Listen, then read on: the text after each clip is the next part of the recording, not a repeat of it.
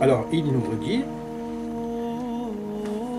que la fonction du mishpat, ce que tu viens de dire, ressemble, est beaucoup plus proche que de la nature humaine. Nous sommes créés, ici, si on prend ça comme Adam Kadmon, l'homme primordial,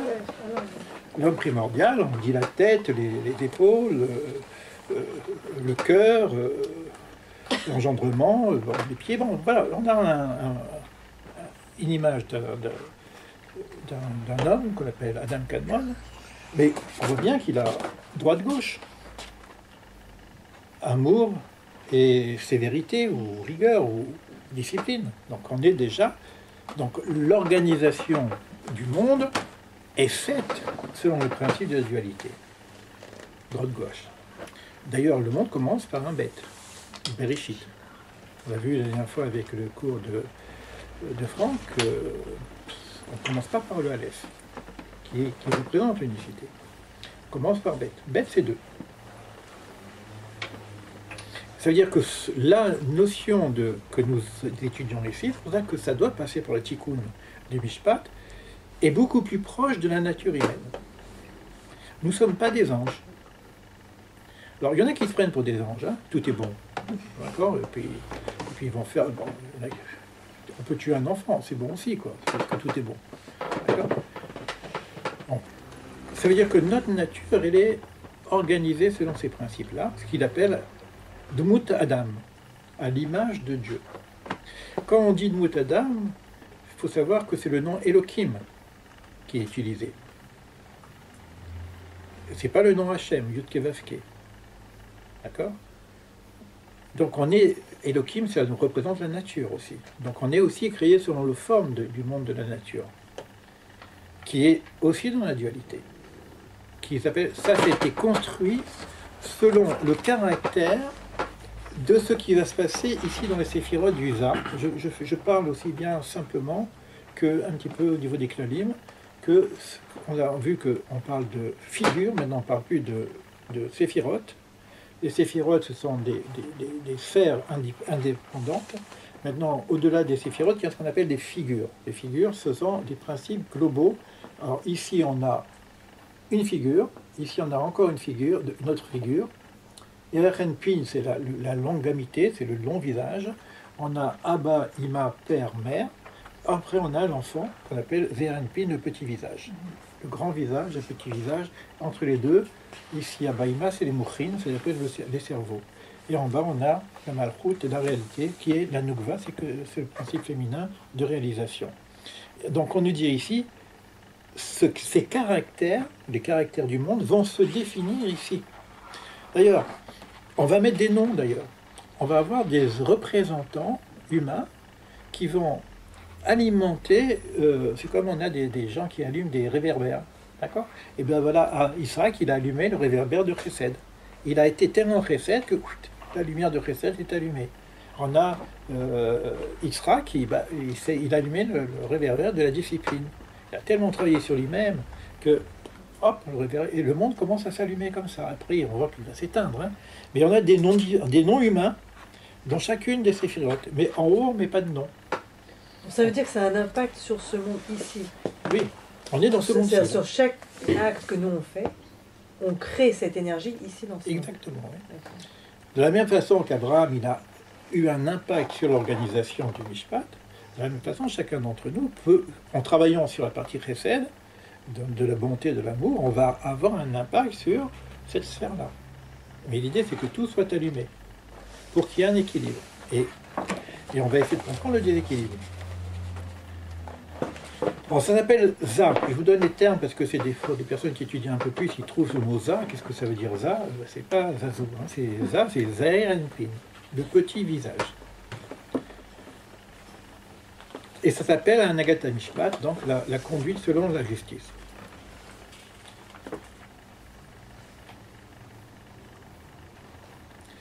Alors, les racines de cette conduite. On a déjà vu dans Da'at-Vunot.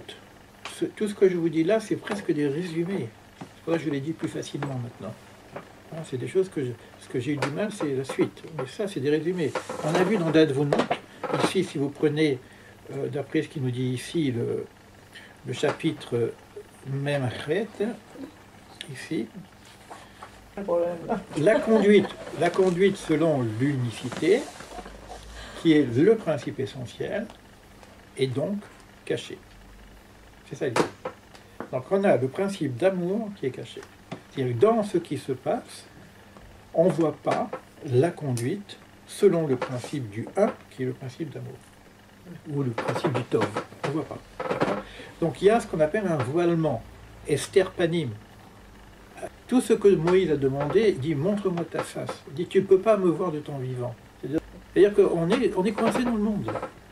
Donc il faut passer par la mort quelque part, qui n'est pas la mort, puisque après on peut le voir. Donc c'est sympa, quoi.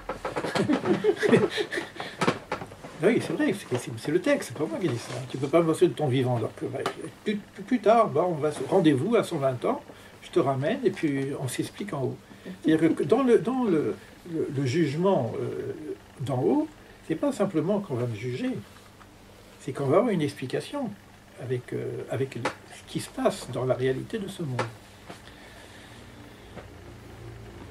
Alors il dit que ce voile-là,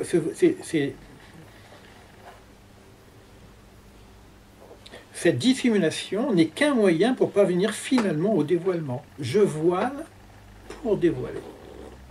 Parce que si ça avait été immédiatement comme ça, il n'y a pas de dévoilement, c'est déjà dévoilé. C'est-à-dire, quelque part, je ne veux pas dire le mot jouissance, parce que c'est une forme de jouissance spirituelle. C'est que tu comprends rien, puis tu as compris, tu vois. Donc si on te donne tout de suite le truc tout fait, il n'y a pas ce plaisir de la découverte. Il y a quelque chose qui est caché, travail, et puis tu auras ce bénéfice du dévoilement. Donc c'est un moyen, puisque l'objectif c'est le dévoilement, donc, donc si l'objectif c'est le dévoilement, on voile. Donc c'est ce qu'il nous dit ici.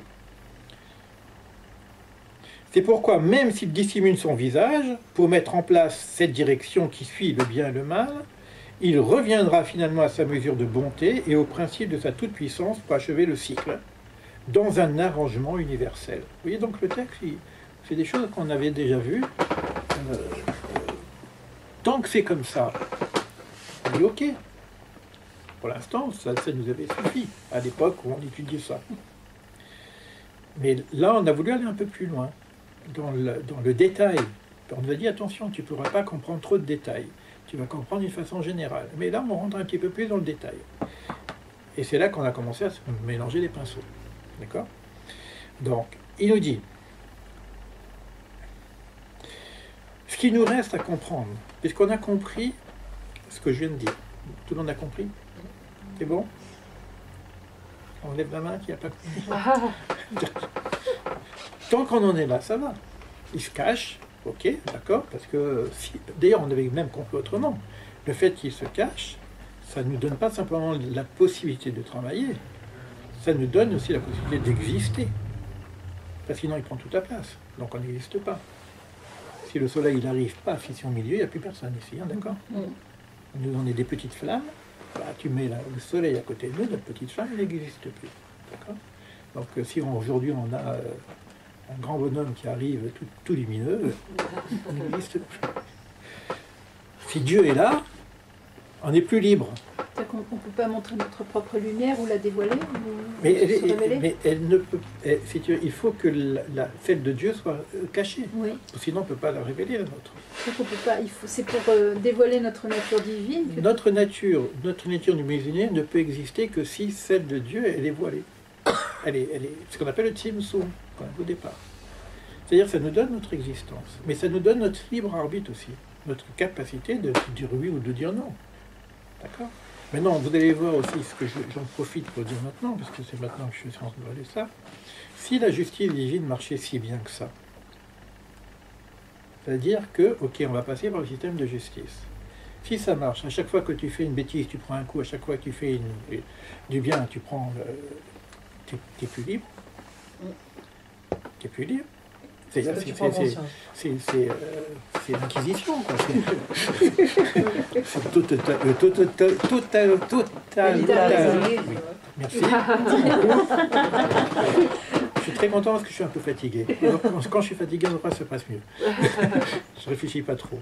C'est ce qui se passe avec la société numérique. Oui. Parce qu'on a les radars quand on va trop vite, on a les radars Oui. feu rouge, et peu à peu on est contrôlé avec les cartes bleues, donc peu à peu notre liberté... La notion de liberté est très importante. D'accord? C'est le principe aussi de la création, de base. Le libre arbitre, la notion d'être libre dans notre propre schéma, parce que sinon il n'y a pas de mérite. Parce que si je suis construit comme un robot, je n'ai pas de mérite. Donc cette notion de liberté va aussi nous expliquer pourquoi il ne faut pas que la notion de justice, de la balance, soit aussi claire. Il est voilé, mais il faut aussi voiler la justice. Donc on aura deux voilements. Astir et Serpani. D'accord?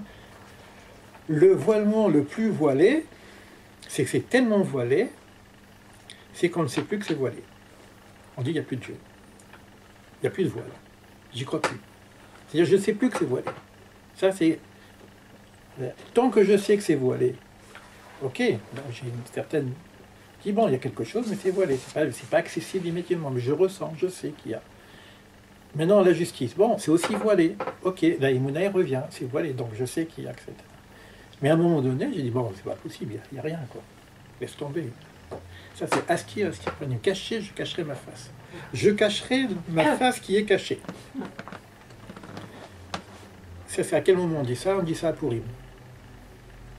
C'est tellement voilé qu'on ne voit plus rien qu'il faut boire. Et des fois, on peut plus voir. Et des fois, on peut plus voir. On croit qu'on voit et on voit pas, en fait. Non, il faut boire. Ouais. Ah, il faut boire. À Pourim, Pour pouvoir boire, ouais. Exact. Bon, finalement, qu'est-ce qu'on C'est fait à clair. Pourim en buvant? Qu'est-ce qu'on fait à Pourim en buvant? Vous pensez qu'on dévoile la face de Dieu? Non. On dévoile notre propre Ouais. face. William Veritas. Bon. Donc c'est le temps, le Mishpat, ça s'appelle le temps du voilement du Yihoud. Comme ce monde-ci, qui est le temps du travail de l'homme. Comme nous l'avons déjà expliqué.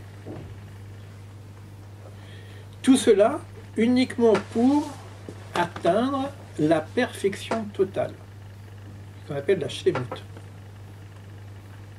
Seulement, dans sa volonté de conduite, ce monde, selon cet anaga, c'est quelque chose qui est hors nature divine.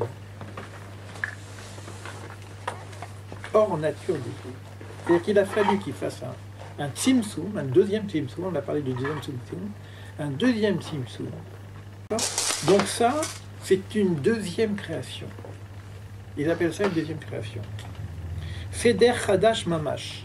C'est un ordre nouveau, vraiment. Mamash. Car ce ne correspond pas à la nature divine suprême. Mais ça correspond uniquement aux besoins des humains, de la créature. C'est intéressant comme idée. C'est-à-dire que c'est pas pour dire qu'on n'a pas un visage. Quand on dit que Dieu est amour et justice, c'est faux. La Nagat Hashem, le bas, le Zerenpin, est ce principe-là. D'ailleurs, quand vous prenez cette figure-là, la notion du